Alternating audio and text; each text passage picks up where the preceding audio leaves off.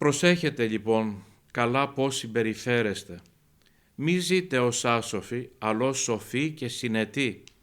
Να αξιοποιείτε σωστά το χρόνο σας, γιατί ζούμε σε πονηρές ημέρες. Μας συμβουλεύει ο Απόστολος Παύλος στην προς Εφεσίους επιστολή του.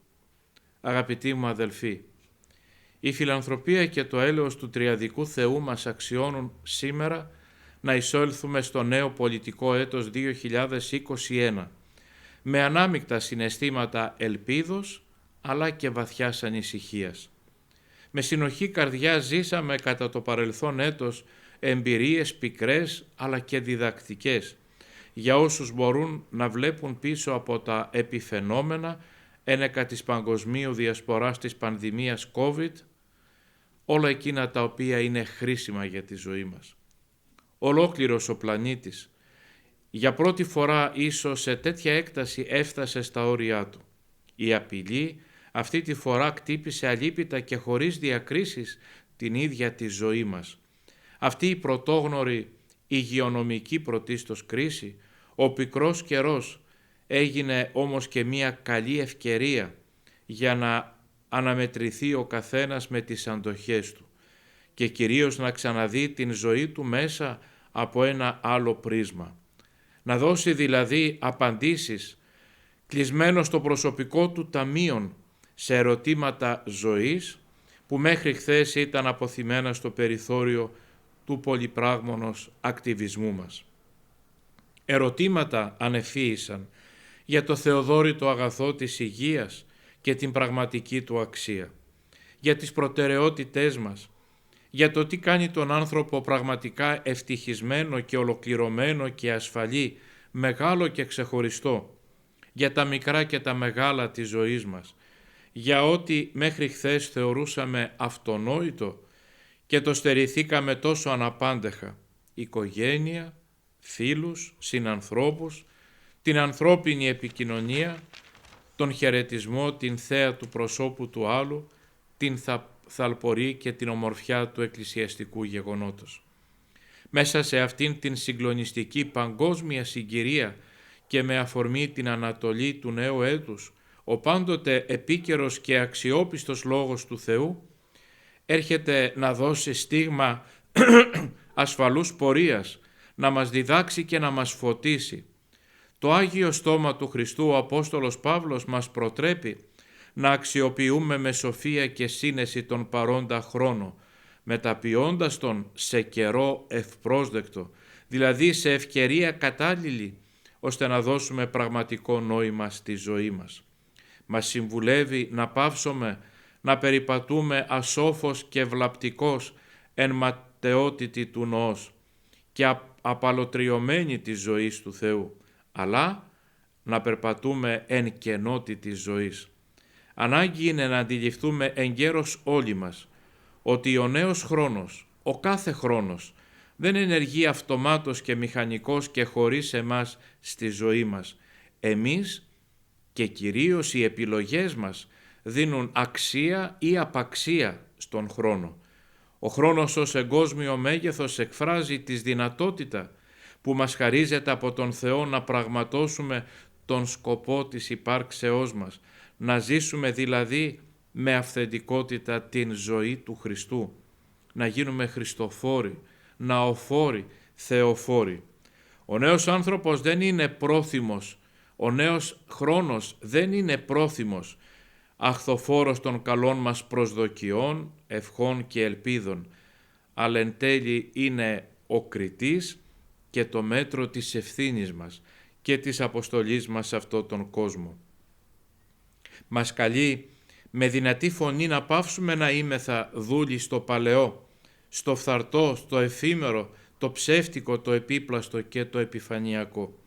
Η νέα ζωή που έφερε στον κόσμο ο Χριστός μας, με την θεία ενανθρώπισή Του, συνιστά το αδαπάνητο εκείνο κεφάλαιο που δεν χλευάζεται από τη φθορά, δεν παλαιώνει από τις εναλλαγές του χρόνου, δεν απειλείται από τον φόβο του θανάτου, δεν δειλιάζει μπροστά στις δυσκολίες και στους πειρασμούς αυτής της ζωής.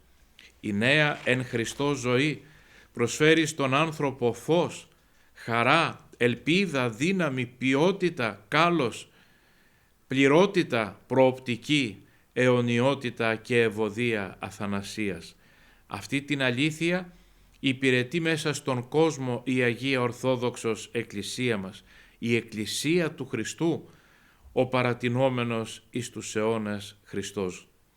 Αγαπητοί μου αδελφοί, σήμερα καθώς εισερχόμεθα με την χάρη του Θεού σε ένα νέο χρόνο, το σωτήριο έτος 2021, ας δοξάσουμε πρωτίστως μέσα από την ψυχή μας τον φιλάνθρωπο Κύριο και Δεσπότη της ζωής μας, για όλες τις ευεργεσίες του, πνευματικές και υλικές, με τις οποίες στεφανώνει τη ζωή μας. Ας τον υμνήσουμε επίσης, διότι μέσα στην φιλόστοργη πρόνοιά του ποικιλοτρόπως και επανειλημμένος ευεργέτησε το ελληνικό έθνος. Το οδήγησε πρωτίστως στο φως της αληθούς θεογνωσίας, το χειραγώγησε σε ημέρες δόξης και μεγαλείου, το διέσωσε και το εφρόντισε στα πικρά χρόνια της σκλαβιάς, το ανέστησε μέσα από τα μνήματα μακράς και ασέλινης σκλαβιάς σε έθνος αλόθρησκο, σκληρότατο και απεινές. Εφέτος, καθώς εορτάζουμε σε πανεθνικό επίπεδο την λαμπρά επέτειο της εθνικής μας παλιγενεσίας, την συμπλήρωση δηλαδή 200 ετών από την Ελληνική Επανάσταση του 1821, καλούμεθα να αναβαπτιστούμε σε προσωπικό και συλλογικό επίπεδο στις υπερούσιες και ζωηφόρες αξίες του έθνους μας, κορυφαίες των οποίων είναι η φιλοθεία, η φιλοπατρία και η φιλανθρωπία. Αυτός ο αναβαπτισμός συνιστά όρον επιβιώσεως και προϋπόθεση ευημερίας και προόδου για το έθνος μας κατά αυτούς τους δύσκολους καιρούς. Οι λαμπροί ήρωες της εθνεργεσίας του 1821, ως ο Εμμανουήλ Παπάς, μας δείχνουν τον δρόμο του χρέους, αλλά και της ευθύνης μας απέναντι στην πατρίδα μας. Αυτή την πραγματικότητα με περισσή σοφία εξέφρασε η εμπνευσμένη γραφίδα του μεγάλου συγγραφέα και λογοτέχνη Στρατή Μυριβίλη Τονίζουσα.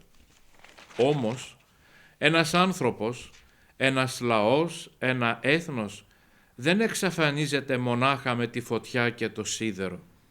Δεν εξαφανίζεται μονάχα με το χάσιμο της ζωής του.